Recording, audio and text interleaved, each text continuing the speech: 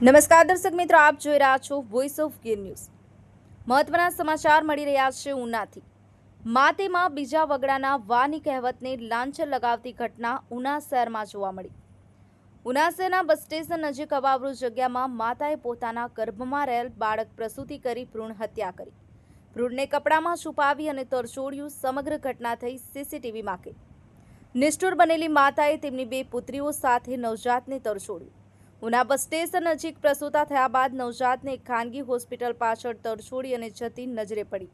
પ્રસૂતા બાદ મહિલાને વધુ બ્લીડિંગ થતા ઉના સરકારી હોસ્પિટલમાં સારવાર અર્થે મહિલા પહોંચતા સમગ્ર ભાંડો ફૂટ્યો। નવજાત શિશુને ભૂંડ અને શ્વાને ફાડી ખાધાની આશંકા તબીબોએ વ્યક્ત કરી। હાલ ઘટના સ્થળેથી લોહીલુહાણ હાલતમાં અવશેષો અને કપડાં મળી આવ્યા। આ અંગે વધુ તપાસ ઉના પોલીસે હાથ ધરવામાં આવી છે। વોઇસ ઓફ ગીર ન્યૂઝ સાથે રાકેશ દવે, ગીર સોમનાથ। હું ડોક્ટર વિપુલાલ દુમાતર, તાલુકા હેલ્થ ઓફિસર ઉના જણાવવા માંગુ છું કે આજ રોજ સવારે 10 વાગે ડોક્ટર ઉલ્લાસ ગાયનેકોલોજીસ્ટ એસડીએચ ઉના તરફથી મને ફોન આવેલો હતો કે અજાણ્યા સ્ત્રીની ડિલિવરી થયેલ છે અને અત્યારે અહીંયા ગાડી આવેલા છે। જેની ભ્રૂણ ત્યાં ગાડી જે ડિલિવરી કરાય તે સ્થળ ઉપર મૂકીને અહીંયા ગાડી આવેલા છે। જેથી કરીને અહીં તપાસ કરતા જાણવા મળ્યું કે બેન અંદાજિત 35 વર્ષની ઉંમર છે અને બેનનું નામ શાંતિબેન દિનેશભાઈ સોલંકી છે, જેઓ રાજુલાના રહેવાસી છે। જેઓ કોઈ અગમ્ય કારણસર ત્યાંથી એમના પોતાના કોડીનાર ભાઈના ઘરે આવ્યા હતા, ત્યાંથી ઉના આવ્યા હતા।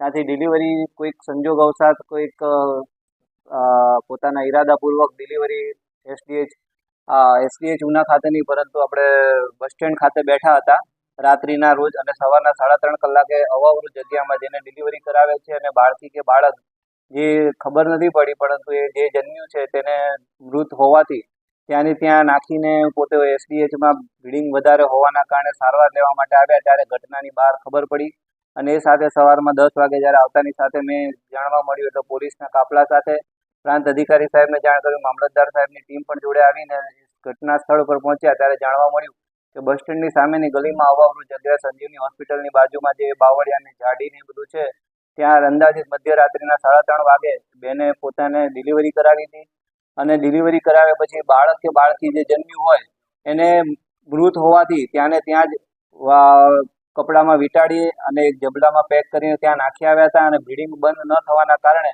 અહીંયા ગાડી 6:45 વાગે સારવાર લેવા ઉના સરકારી દવાખાના આવ્યા ત્યારે આ બધી વસ્તુનો પર્દાફાશ થયેલો હતો।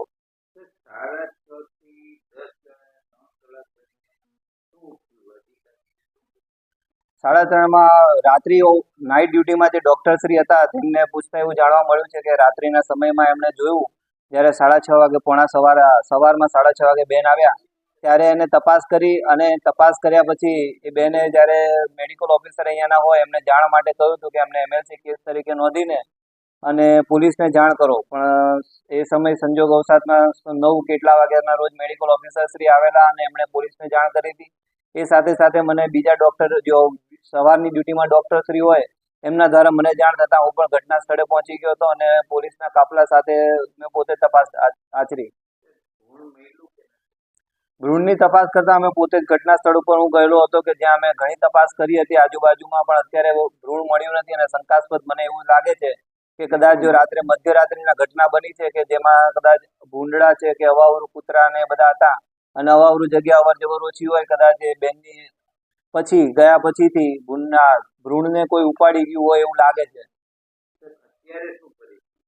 અત્યારની પરિસ્થિતિમાં એવું છે કે હાલ ભૂંડ મળ્યું નથી, પરંતુ કૂતરા મળ્યા નથી, પર કપડાં ને બધા અવશેષ મળેલા છે। કપડાં ને બધું પડેલું છે જે તે સ્થળે અને મેં જોયેલા છે અને એફએસએલ માટે એને મોકલવા પોલીસ ગતિવિધિ કરી રહી છે। આગળ પોલીસ શ્રીની તરફથી આની કાર્યવાહી ચાલી રહી છે, પૂછપરછ ચાલી રહી છે। આગળ કદાચ એના ઉપર લાગુ પડે તો ભ્રૂણ હત્યાનો કેસ તરીકે। નમસ્કાર, હું ડોક્ટર ઉલ્લાસ ચૌહાણ, ગાયનેકોલોજીસ્ટ એસડીએચ ઉના સાથે ફરજ બજાવું છું। આજની સવારે ઘટના બની છે, એક ભ્રૂણ હત્યાનો કિસ્સો બહાર આવ્યો, શું આપ કહેવા? સવારે 9 વાગે ડ્યુટી જોઈન કરેલું।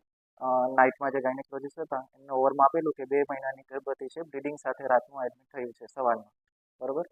પરંતુ મેં તપાસ કરી અને ચેક કરવામાં આવ્યું તો એમાં એવું ખબર પડી કે અમ્બિલિકલ કોર્ડ લટકતો હતો જે 2-3 મહિના નહોતો લાગતો અને 4-5 મહિના ઉપરનું લાગતું હતું અને સરખું એક્ઝામિનેશન કર્યું, એમાં પ્લેસેન્ટા અંદર રહી ગયું હતું।